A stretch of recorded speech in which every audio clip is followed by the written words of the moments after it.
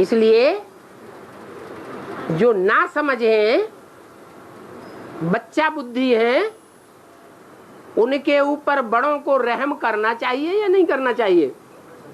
है, रहम करना चाहिए। जो बड़ा बच्चा होता है, बड़ा भाई होता है, वो बाप समान होता है। बाप की बच्चों के ऊपर उम्मीद रहती है, आज नहीं तो कल सुधर जाएंगे। तो हमारी भी शुभ भावना, शुभ कामना बनी रहे कि आज नहीं समझते हैं, कल समझ जाएंगे। और हमको तो वरदान मिला हुआ है। क्या वरदान मिला हुआ है? तुम्हारा पूरा का पूरा परिवार ज्ञान में चलेगा। तो वो वरदान की बात पहले लौकिक में लागू करनी है या अलौकिक में लागू करनी है? हैं? हाँ, अगर हम सिर्फ लौकिक में ही लागू करते हैं तो हम भी बच्चा बुद्धि है।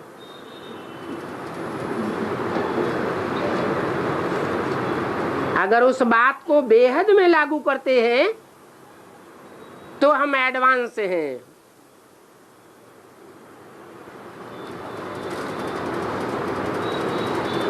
क्योंकि हम जानते हैं कि जो सच्चाई होती है वो सदैव ऊंची स्टेज में रहती है। अगर ऐसा न हुआ होता तो सतयुग का नाम सत्ययुग नहीं होता, और सतयुग पहले नंबर में नहीं होता, ऊंची स्टेज में नहीं गिना जाता।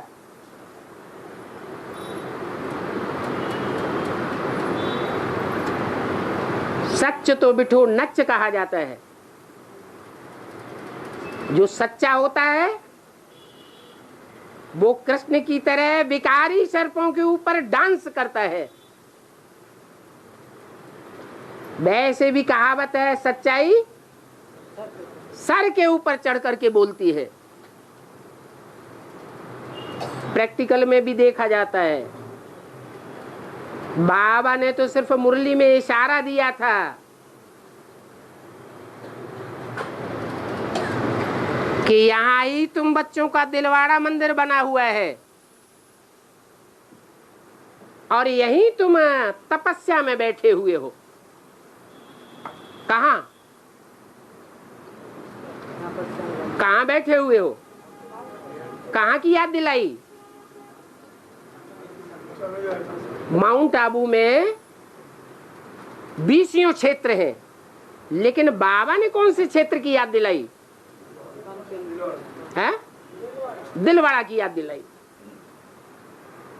जो बेसिक ज्ञान है वो दिलवाड़ा की यादगार नहीं है।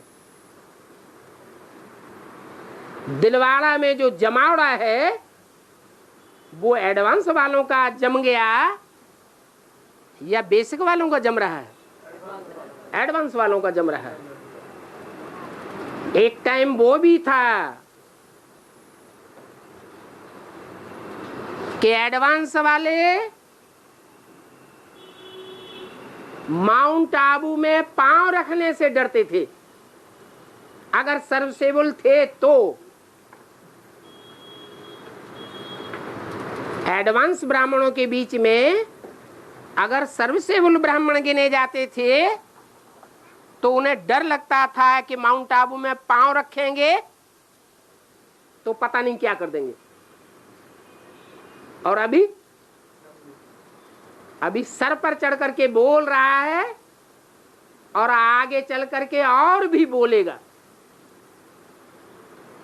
और प्रदर्शनी के अंक में जो चित्र दिखाया गया है महाशिवरात्रि की प्रत्यक्षता का, उसमें क्या लिखा हुआ है?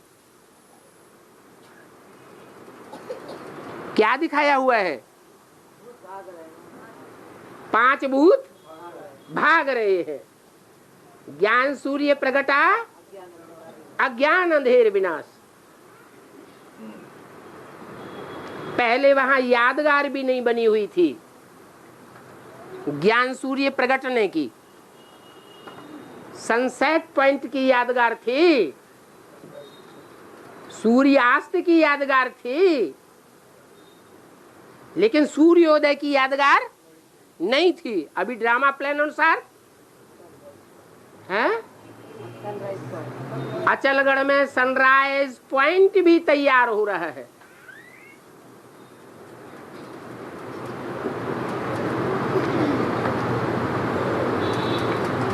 तो सूर्य दिन ब दिन तीखा होता जाएगा।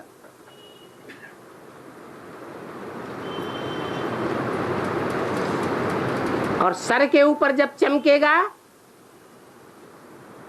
बड़ी दोपहरी में, तो सबको मानना पड़ेगा।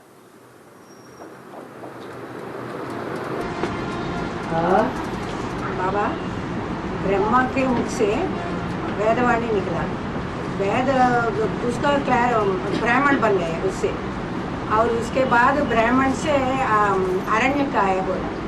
मना बाबा का जो क्लैरिफिकेशन है अरण्य को बोला, अरण्य से और फिर निकला उपनिषद बोला। उपनिषद नहीं निकला, पहले आरण्यक और ब्राह्मण व्याख्या हुई, शतपथ ब्राह्मण वगैरह, उसके बाद फिर उपनिषद निकले, फिर पुराण निकले। हाँ जी, तो क्या कह रहे हैं? तो बेहद का उपनिषद क्या है और बेहद का पुराण क्या है? उप माने नजदीक, उप माने पास, निषद माने बैठना, पास में बैठना। पास में किसके बैठने की बात होगी? अरे पढ़ाई पढ़ते हैं तो किसके पास बैठने की बात आती है? टीचर के पास बैठेंगे, शिष्य होगा तो गुरु के पास बैठेगा। तो ब्राह्मणों की संगम की दुनिया में पहचान करके पास बैठेगा, व्याख्याएं पूरा ही बुद्धि में बैठ जाएंगी, कोई भी संशय बुद्धि में नहीं रहेगा, तब निश्चयात्मक बुद्धि से पास बैठेगा या पहले ही बैठ जाएगा? है? हाँ, तो पहले वेदवाणी की व्याख्याएं चाहिए। व्याख्याएं तब होती हैं जब एकांत में मनन चिंतन मंथन किया जाता है।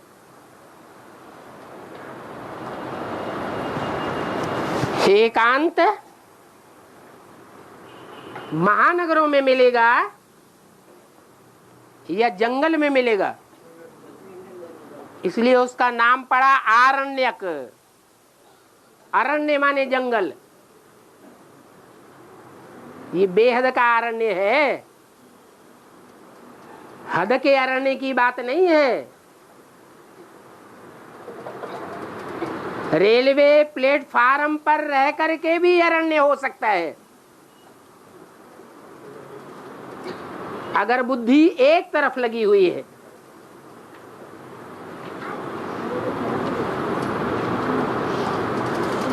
तो पहली पहली व्याख्या निकलती है आरण्यक, शतपथ ब्राह्मण वगैरह।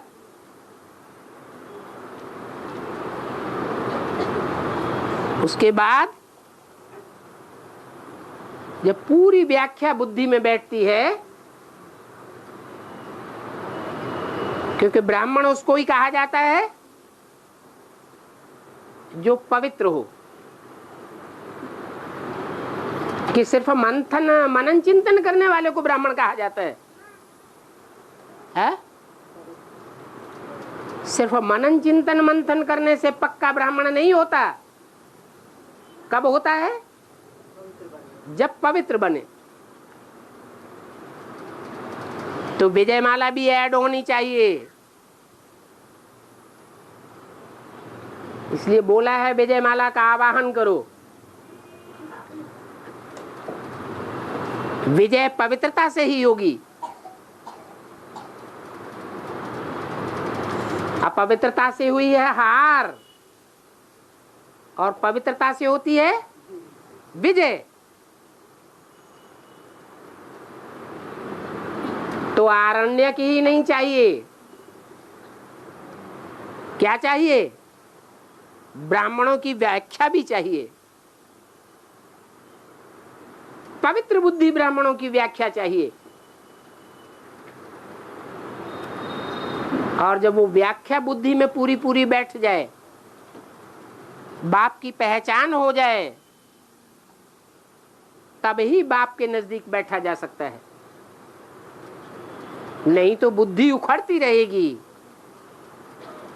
और धर्म गुरुओं धर्म पिताओं के प्रभाव में आती रहेगी।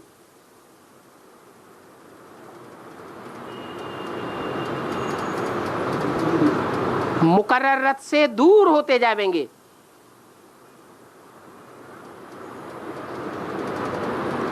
तो नजदीक बैठते हैं, उसको कहा गया उपनिषद।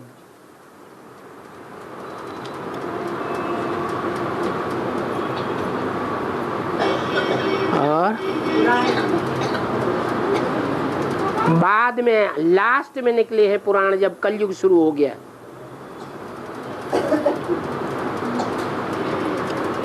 वो तो बहुत ही विस्तार की बात है।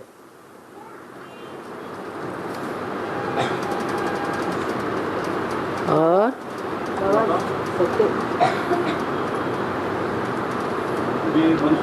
मनुष्यों का बात नहीं मानता हूँ, लेकिन वो जो बोल रहे हैं 2012 में पूरा सृष्टि विनाश हो गया पूरे बोल के टेलीविजन में बोल रही है। उसका अर्थ क्या हो रही है? वो 2012 में कौन बोल रहे हैं? वो माया आधारित, माया नागरिकता आधार से और आम्स्टरडम है ना? हैं?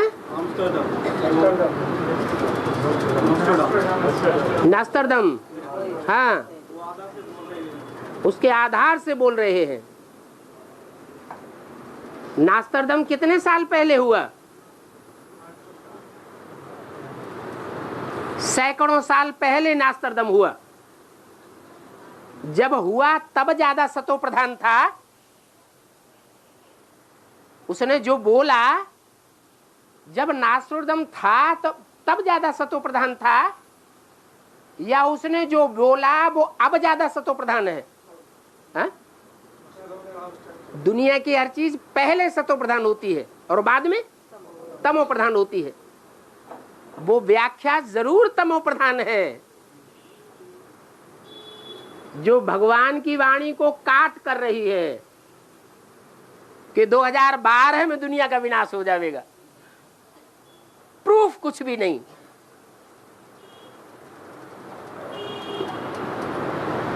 ईश्वरीय वाणी का तो प्रूफ और प्रमाण भी है।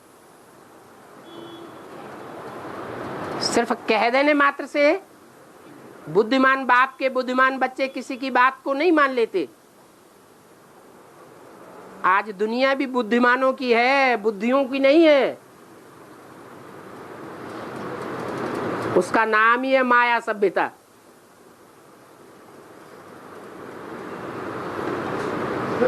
माया अच्छी चीज है या खराब चीज है?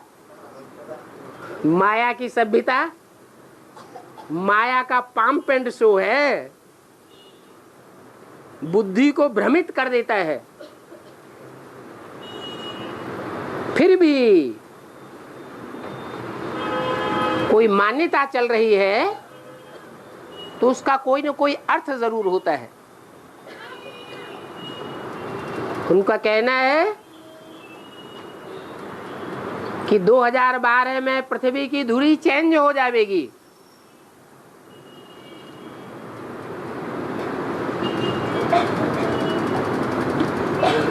तो पृथ्वी 5 तत्वों का पुंज है, जड़त्वमयी है या चैतन्य भी है? तो चैतन्य पहले चेंज होगी या जड़ पहले चेंज होगी? ज्ञान चैतन्य सुनेगा या जड़ सुनेगा? चैतन्य ज्ञान सुन सकता है। पृथ्वी माता कहा जाता है। शास्त्रों में जो नाम पड़े हैं वो काम के आधार पर पड़े हैं। पृथिव्यातीति पृथ्वी, पृथुलातीति पृथ्वी, जो विस्तार को पाती है उसे पृथ्वी कहा जाता है। जब नई दुनिया सतयुग था तो छोटी सी कन्या थी, कन्या कुमारी थी। जब द्वैतवादी द्वापर युग शुरू हुआ और धर्म की ढेर आत्माएं परमधाम से नीचे उतरने लगी, दुनिया की जनसंख्या बढ़ने लगी, तो छोटी सी पृथ्वी से काम चलेगा या बड़ी पृथ्वी चाहिए? तो पृथ्वी का विस्तार द्वापर युग से होता गया। पहले इस्लाम धर्म खंड देखने में आए, अरब मिस्र वगैरह, फिर बौद्धी धर्म खंड देखने में आए, समुद्र से ऊपर आ गए, चीन जापान वगैरह। फिर यूरोपीय धर्मखंड, क्रिश्चियन धर्मखंड ऊपर आ गए।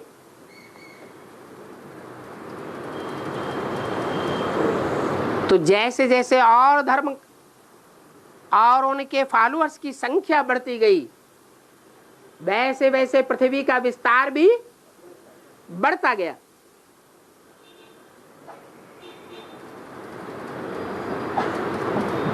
अभी पृथ्वी पूरे विस्तार को पाई हुई है।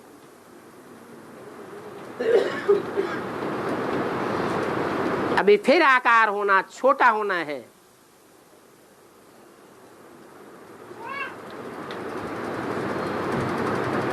ये क्रम चलता रहता है। पहले कन्या होती है, फिर माता बनती है, फिर अगला जन्म होता है, फिर कन्या बनेगी।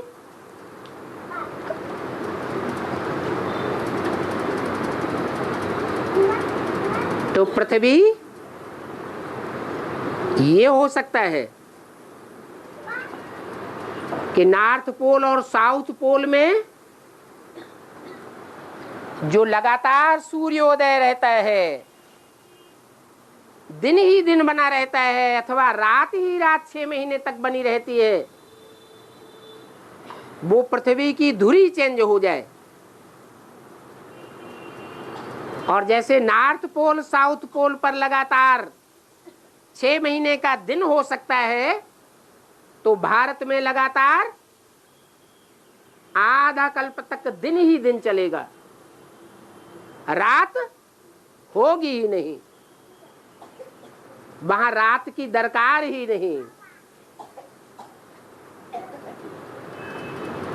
वहां थकान होगी ही नहीं। आत्मिक स्टेज ही बनी रहेगी। पृथ्वी का रूप ही छोटा हो जाएगा।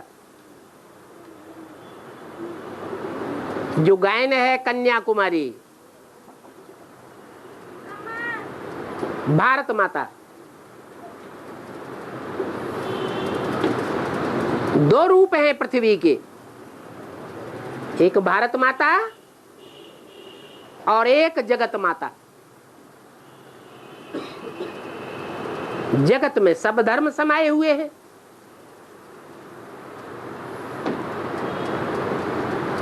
भारत माता जब कहा जाता है तो उसमें सब धर्मों का, सब धर्म खंडों का समावेश नहीं है।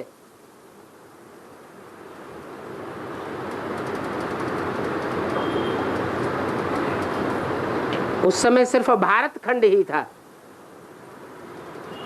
अभी सारी पृथ्वी है। तो पृथ्वी की धुरी चेंज होना माना बुद्धि चेंज हो जाएगी।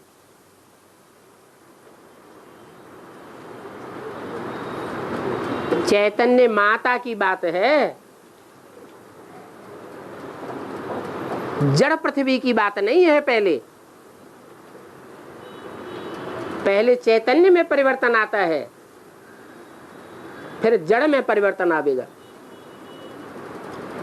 और हाँ, में जो वे बच्चे पैदा होते हैं ना बाबा 75 साल में, हाँ, तो एक मुरली में लिखा है कि पहले बच्चा होगा और 7-8 साल के बाद बच्ची होगी। मुरली में ब्रह्मा बाबा भी इंटरफियर करके बोलते हैं या नहीं बोलते हैं? ये बात भूल जाती है। ब्रह्मा बाबा की बुद्धि में बेसिक ज्ञान ही बैठता है या एडवांस की बातें भी आती है? वो कल्प कल्पांतर की उनकी बुद्धि में नूद है।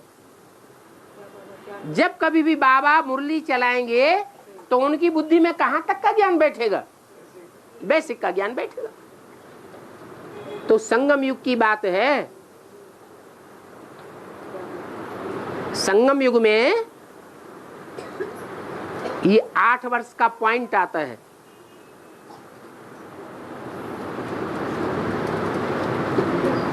बेसिक में भी हुआ था।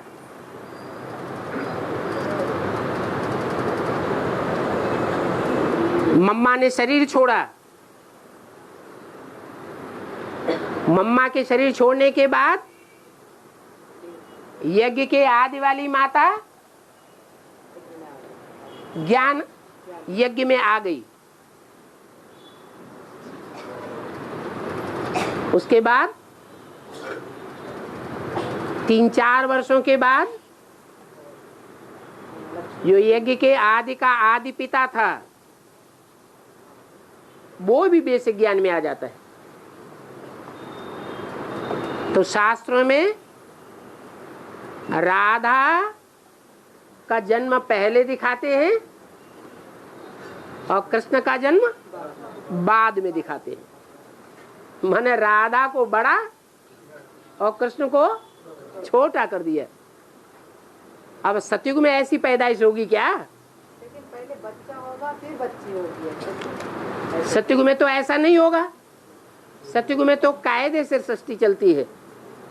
पहले बच्चे की पैदाइश फिर बच्ची की पैदाइश। हाँ, जुड़वा बच्चे होंगे, थोड़ा अंतर होगा, पहले बच्चा फिर बच्ची। बाकी जहाँ ब्रह्मा बाबा ने बोल दिया है वो संगम युग की बातें। लेकिन संगम युग में पहले बच्ची हुई ना बाबा। हाँ, पहले कृष्ण प्रत्यक्ष होता है, प्रत्यक्षता रूपी जन्म लेता है।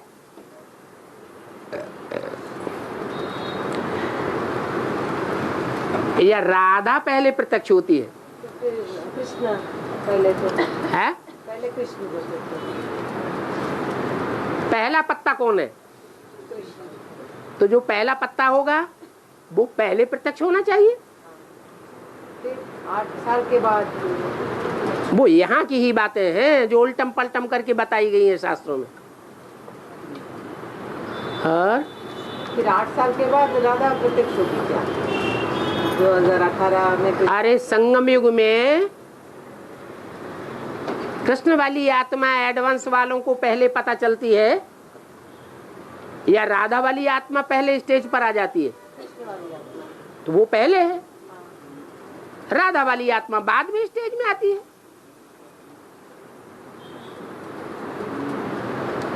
और है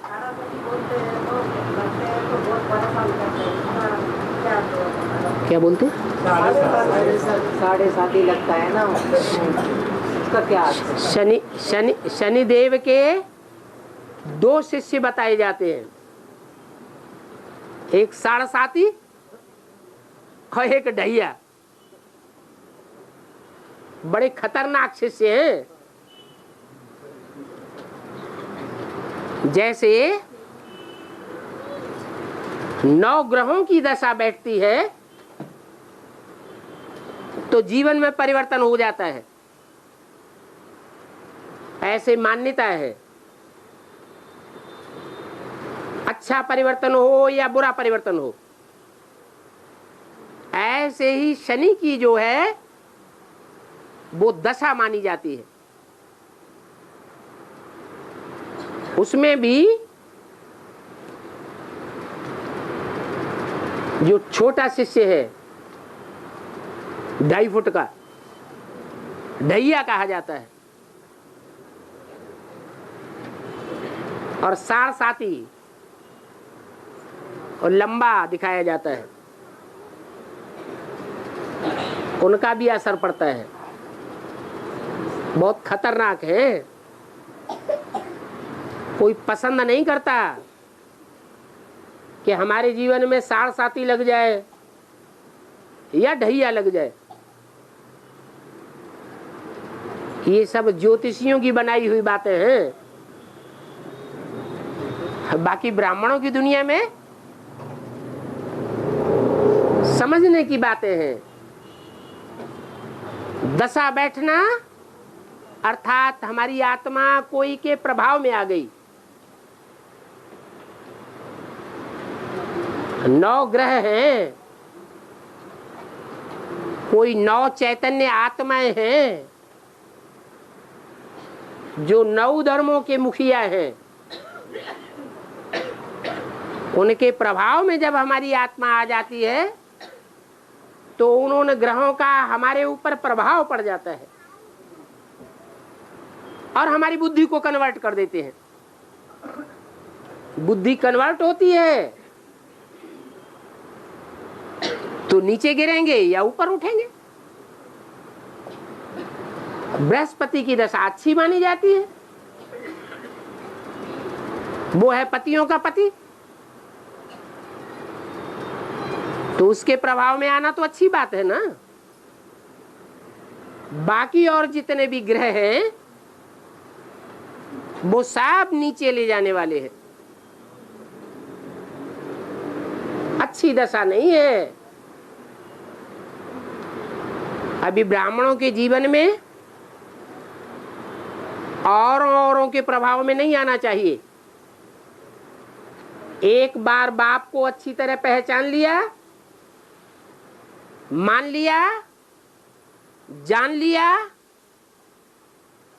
तो मुरलियों के आधार पर, अव्यक्त वाणियों के आधार पर, प्रैक्टिकल जीवन के आधार पर जो श्रेष्ठ में श्रेष्ठ चलने वाली ज्ञानी तू आत्माएं हैं, जिन्होंने बाप को पहचाना है और पहचान करके बाप की सेवा में लगी हुई है और सेवा का अच्छा रिजल्ट भी निकाल रही है,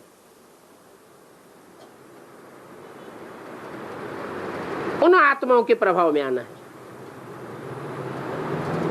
बाकी औरों के प्रभाव में नहीं आना चाहिए। और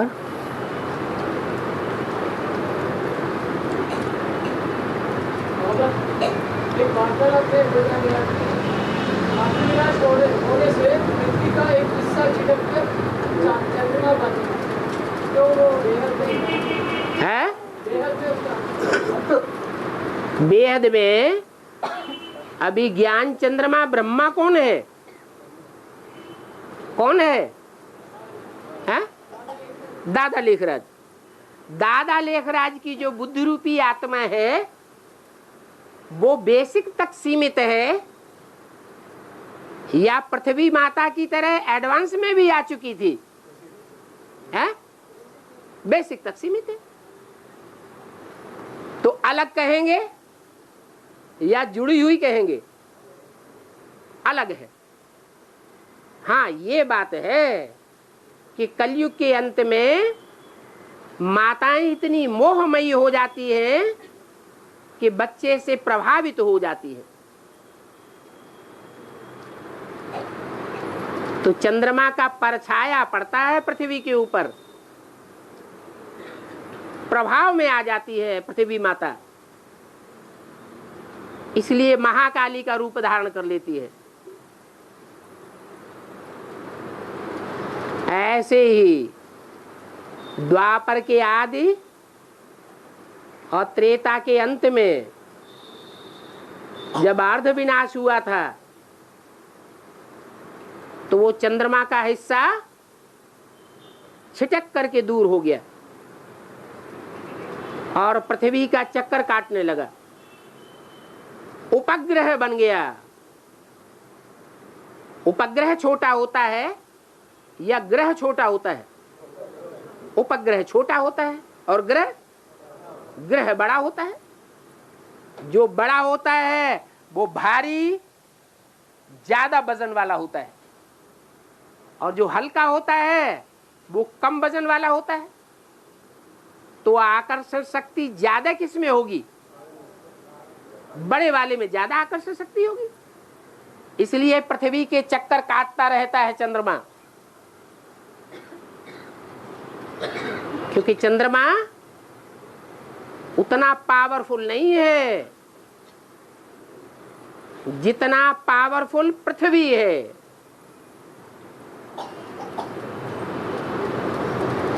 अभी दोनों ही मिलकर के एक हो जाएंगे।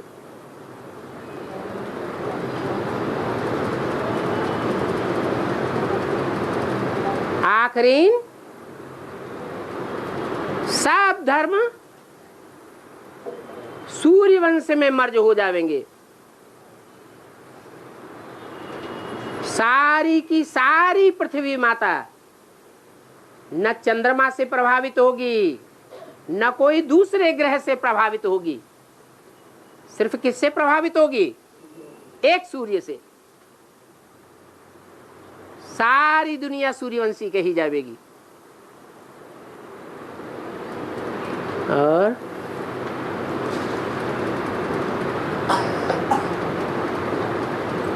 तो फिर से पृथ्वी का जो टेढ़ा हो गया था वो फिर से सीधा हो गया।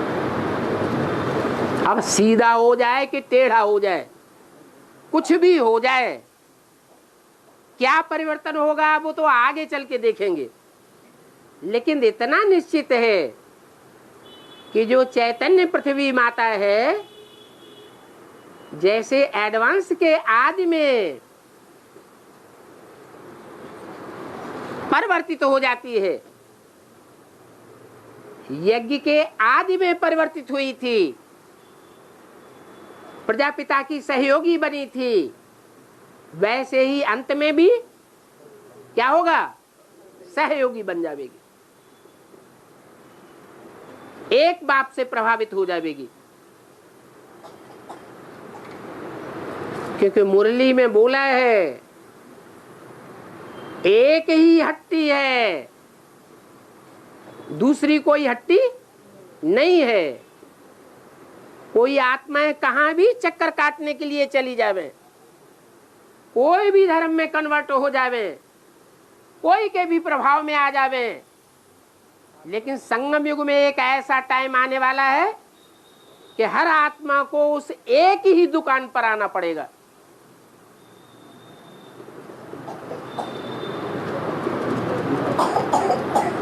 और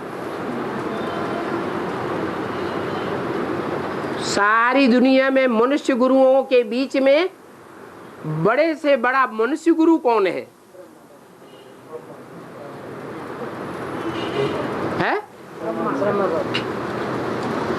जो बड़े से बड़ा मनुष्य गुरु साबित होता है वो भी अंत में जब साक्षात्कार होता है अंतिम जन्म में, तो गुरुओं के पास भटकता है, तीर्थों में भटकता है, वाराणसी में भटकता है, और भटक के सिंध हैदराबाद से कहां पहुंचता है? आखिरी में वहीं पहुंचना पड़ता है जहां सारे सृष्टि वृक्ष का बीज पड़ा हुआ है, यादगार बनी हुई है, बनियन ट्री, जिसे एक आत्मा का इतना प्रभाव दिखाया है मुरली में कि एक के पतित होने से सब पतित हो जाते हैं और एक के पावन बनने से सब पावन बन जाते हैं। तो जब पहला पत्ता भटक भटक के अपने ठिकाने पे पहुंचता है तो 500 करोड़ भटक के ठिकाने पे नहीं पहुंचेंगे, नहीं पहुंचना पड़ेगा, पहुंचना ही पड़ेगा।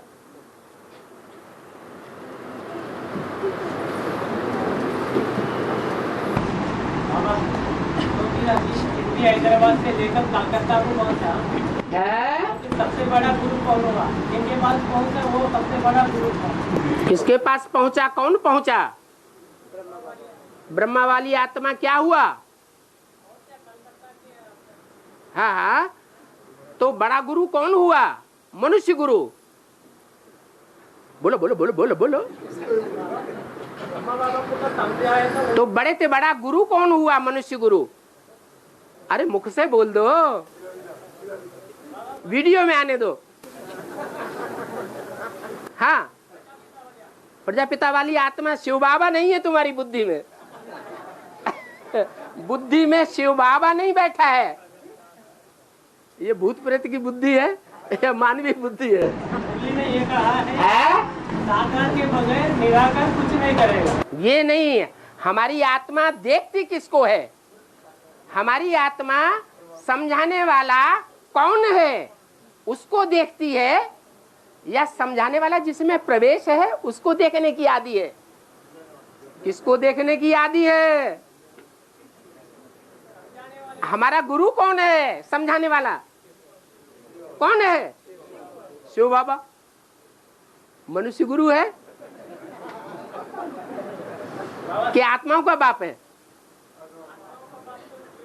हैं?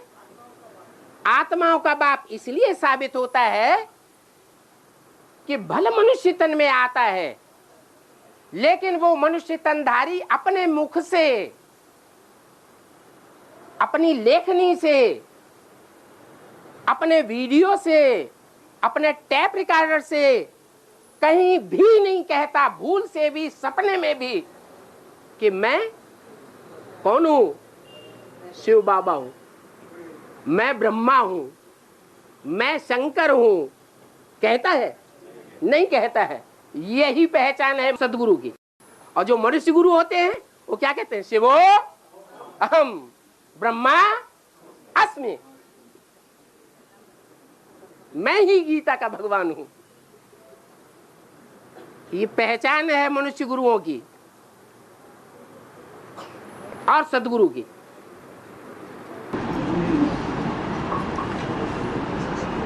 और बाबा परशुराम परशुराम और वामनावतार दोनों मनुष्य अवतार है ना बाबा? फिर वो 4 कला वाला मनुष्य है जिसे परशुराम अवतार कहते हैं। क्या उनका नाम ही क्या है? फरसा, परस, परशु। वो दंड देने से ही परिवर्तन करता है। भगवान तो प्यार का सागर है। भगवान प्यार से परिवर्तन करता है या दंड देकर के परिवर्तन करता है? प्यार से परिवर्तन करता है। दुनिया में जितने भी विश्व के ऊपर विजय प्राप्त करने की आकांक्षा वाले हुए हैं वो सब हिंसक हुए हैं।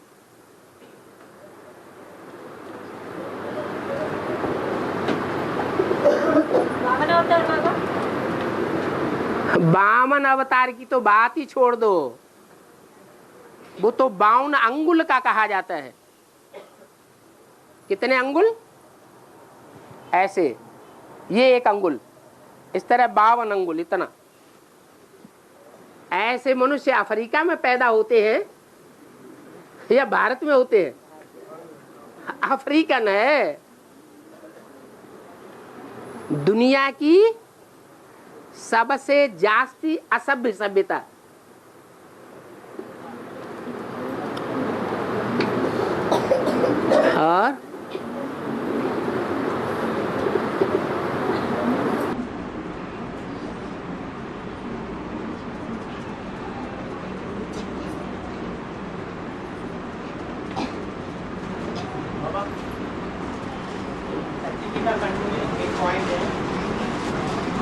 पहला अपने से चेक करना है, हैं?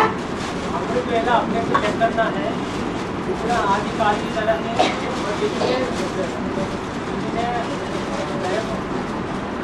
जन्म पीछे है, 1 घंटा यहाँ था, वहाँ था 1 जन्म, यहाँ 1 घंटा था वहाँ उनका जन्म का समय था। तो फिर प्रकृति से तो 8 जन्म और प्रेरणा में 12 जन्म, तो फिर 1 घंटा का इसका किस हिसाब से लगाएगा? जो भी पुरुषार्थ है वो पुरुषार्थ अंतिम समय का ज्यादा काउंट होगा या मध्य का पुरुषार्थ काउंट होगा या आदि समय का ज्यादा काउंट होगा? है अंत का, अंत मते सो गते। अभी भी मुरली में क्या बताया कि वास्तव में बेहद का अमृत वेला कब होगा? है हाँ 3-4 वो तो हद की बात। ब्राह्मणों की संगमी की दुनिया में बेहद का अमृत वेला कब होगा जो बाप ही आकर के बताते हैं, कोई मनुष्य गुरु नहीं बता सकता।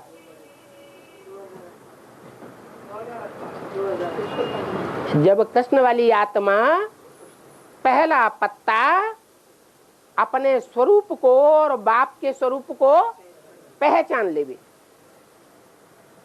तो उस समय जिसकी जैसी बुद्धि होगी और जैसा अमृत बेला होगा वो ही काउंट किया जाएगा। अभी की बात नहीं है।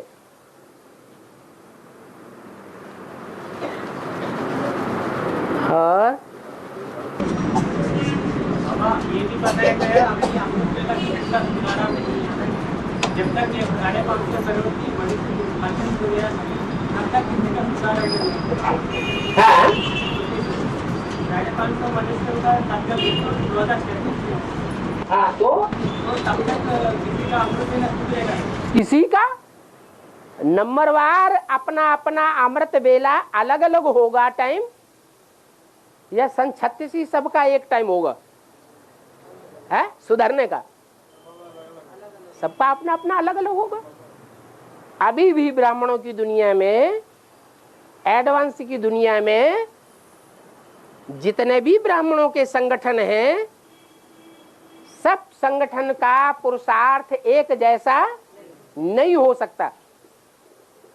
कोई संगठन ऐसा भी होगा बल अमृत बेले में कुछ न कुछ त्रुटि तो होगी, लेकिन और संगठनों के मुकाबले नियम और टाइम और पुरुषार्थ ज्यादा पक्का होगा। जैसे नदी की धारा बहती है तो नदी की धारा के साथ जो भी जीव जंतु हैं वो भी बहते जाते हैं। अगर धारा धीमी गति से बह रही है तो जीव जंतु भी धीमी गति से जाएंगे। ये संघ के रंग का प्रभाव पड़ता है। उसमें भी मुख्य है संगठन के हेड का प्रभाव। संगठन का मुखिया जैसा होगा यथा राजा तथा प्रजा होगी। तो सब ब्राह्मणों के संगठन एक जैसे पुरुषार्थ वाले नहीं है। इस बात को तो वो जान सकता है जो सब जगह घूमा हुआ हो। और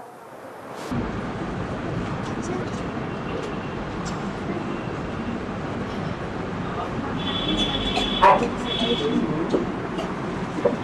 एक माता जी का प्रस्तुत है सीढ़ी का चित्र हो गया जो लक्ष्मी नारायण के चित्र लगा हुआ है। लक्ष्मी नारायण के मंदिर के सामने जो युगत जोड़ा ताजदारी दिखाया गया। वैसा ही कृष्ण के मूर्ति के सामने सिंगल ताजदारी एक बगल दिखाया गया। क्योंकि वो देवी की माँ कहा तो जो लक्ष्मी नारायण के सामने बैठा होता है राम सीता को भी दिखाया गया। उसके नीचे राम सीता को भी दिखाया गया मंदिर। राम सीता को दिखाया ना। हाँ और उसके सामने एक पुजारी को दिखाया गया। है, एक ही पुजारी को दिखाया। राम सीता के नीचे एक पुजारी दिखाया गया। तुम्हारे सर के ऊपर ही तो चित्र है, देख देख के बता दो, सबकी नजर पहुंच जाए, जो घर में जाके देख ले। हाँ ऊपर देख के बता दो जाके। जब इसके सामने हाँ एक ही भगत दिखाया गया, है, एक ही भगत को दिखाया गया। हाँ जी, राम सीता के नीचे जो राम सीता की भक्ति करने वाला है वो एक दिखाया गया है, वास्तव में राम सीता भी प्रवृत्ति मार्ग के हैं, लेकिन वो अधूरी कला के हैं या संपूर्ण कला के हैं? है, प्रवृत्ति मार्ग पक्का है, पक्का माने 100%, या कच्चा है? कच्चा हो गया।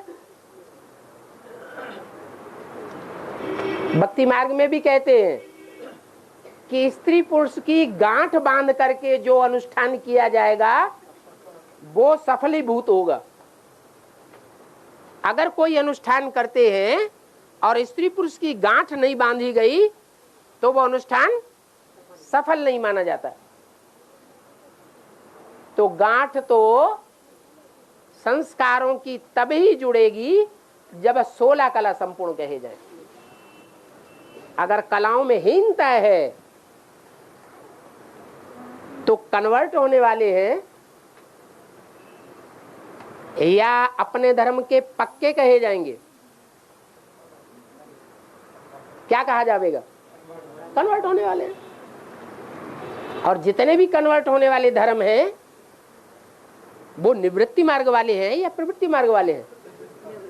सब निवृत्ति मार्ग वाले। और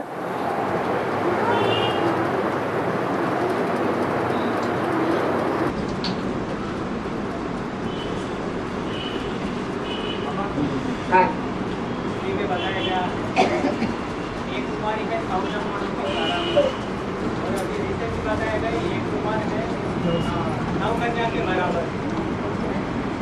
जब बाबा ने माताओं को कन्याओं का सुरक्षा करने की जिम्मेदारी सौंपा है, क्योंकि माता शिक्षकों के बराबर है। एक माता कितने ब्राह्मणों के बराबर है?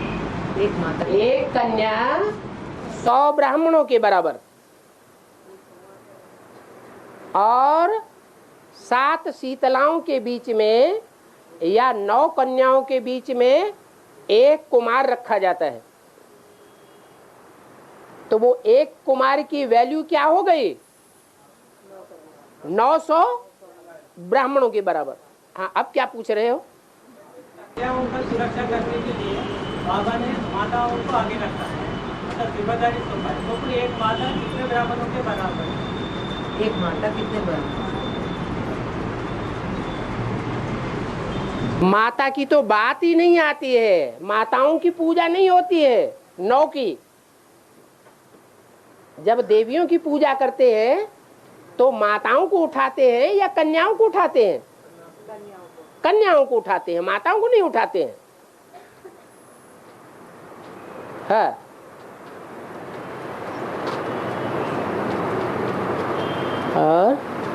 और अभी अभी बोला गया है अनुष्ठान करते वक्त जो दोनों का गांठ जोड़ते हैं, तो वो उसका करते समय करने का है? अनुष्ठान करते समय करने का गांठ को है। हाँ, ये पुरुषार्थ है ब्राह्मण जीवन का कि स्त्री और पुरुष दोनों के संस्कार की गांठ जुड़ जानी चाहिए। अगर वो गांठ नहीं जुड़ती है, चाहे वो राम सीता हो और चाहे राधा कृष्ण हो, अगर संस्कारों का मेल नहीं होता है तो सतयुग नहीं आ सकता। नई दुनिया का जो अनुष्ठान है वो पूरा नहीं हो सकता। और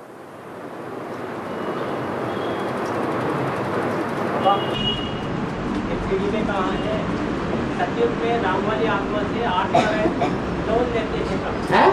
8 नारायण सतयुग में 36 में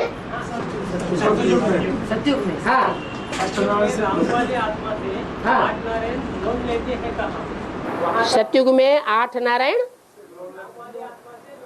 ये नहीं कहा 8 नारायण लोन लेते हैं, 8वां नारायण लोन लेता है। हाँ जी।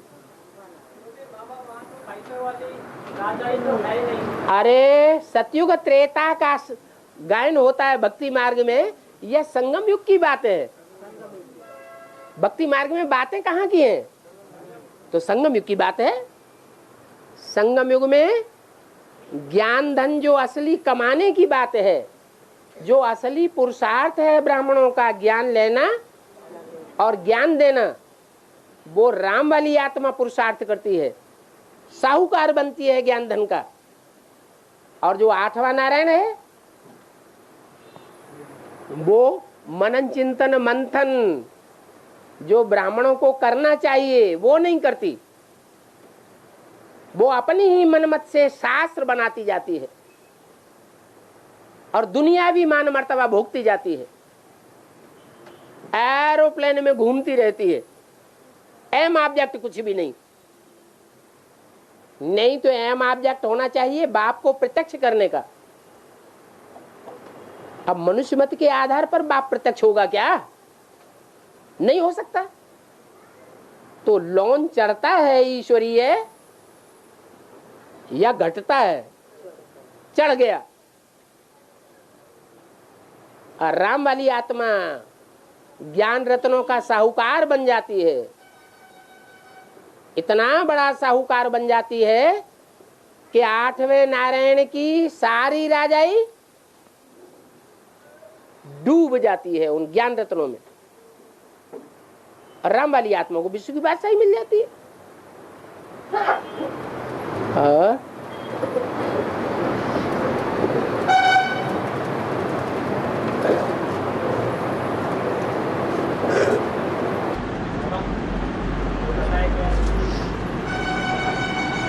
सतयुग का कृष्ण का कोई गायन नहीं होता है। सतयुग का कृष्ण का कोई गायन नहीं होता। हाँ जी। कृष्ण का और क्राइस्ट का राशि मिलाया जाता है। कृष्ण का और क्राइस्ट का राशि, हाँ, कृष्ण और क्राइस्ट की जो राशि मिलाई जाती है वो पंप एंड शो वाली बातें हैं। वो कहाँ की बातें हैं? सतयुग की, संगम युग में है।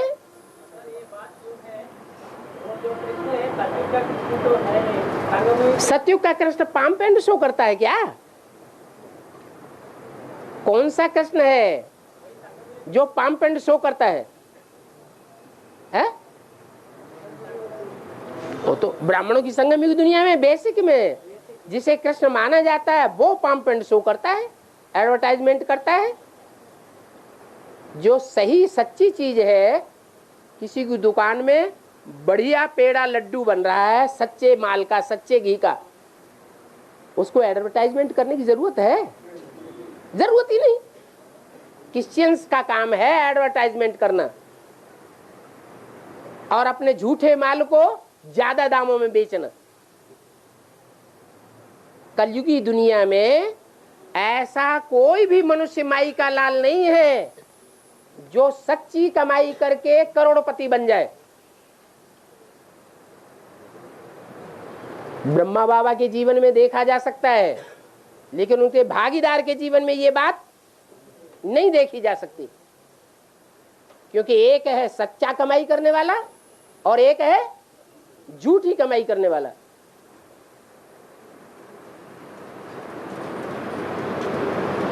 और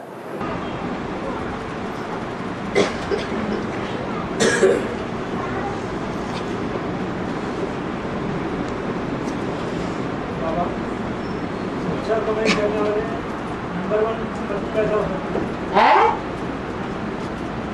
अच्छा कमाई कैसा हो सकता है? नंबर 1 कैसे हो सकता है? अच्छा कमाई करने वाला। हाँ, अरे लौकिक कमाई की बात है। आप लौकिक कमाई की बात कर रहे हैं या अलौकिक कमाई की बात कर रहे हैं? आप गड्डम मड्डम कर रहे हैं।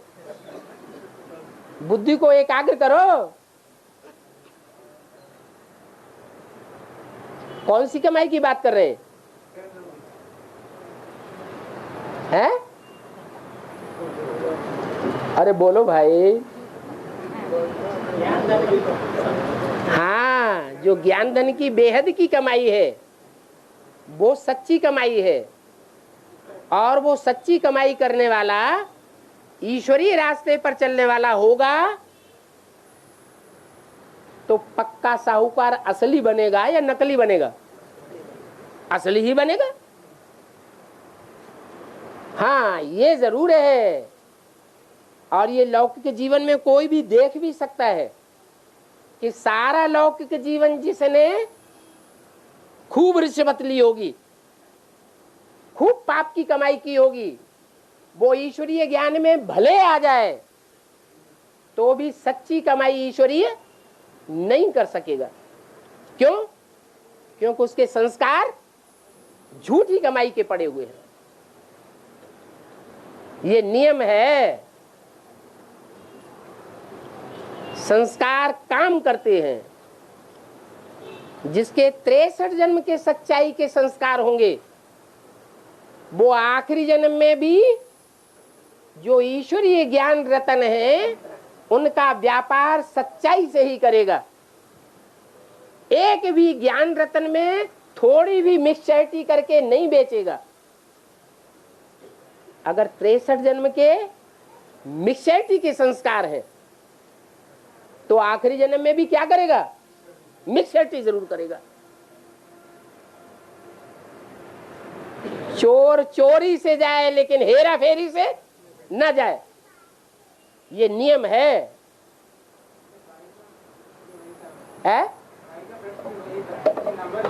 कैसे बनता है? कौन सच्ची कमाई करता है? बता दिया ना, आखिरी जन्म में बनता है। नंबर 1 पतित कैसे बनता है? आखिरी जन्म में, आखिरी जन्म में अगर पतित नहीं बनेगा तो पावन कैसे बनेगा? 63 जन्म नहीं बनता है। 63 जन्म उसके गिरने की गति धीमी रहती है। और जो इस्लाम धर्म में कन्वर्ट होने वाली बीज रूप आधार मूर्त आत्माएं हैं वो द्वापर के आदि से ही धक से नीचे गिर जाती हैं और इस्लाम धर्म की आत्माएं उनमें प्रवेश करके उनको कंट्रोल कर लेती है। जो राम और राम के फॉलोअर्स पक्के सूर्यवंशी हैं वो अपने देवी देवता सनातन धर्म के 63 जन्म में भी पक्के रहते हैं। शिवाजी बनकर, महाराणा प्रताप बनकर के विधर्मियों का मुकाबला करते रहते हैं। आखिरी जन्म में तो माया किसी को छोड़ने वाली नहीं है। नहीं तो माया सर्वशक्तिवान का टाइटल ही खत्म हो जाएगा।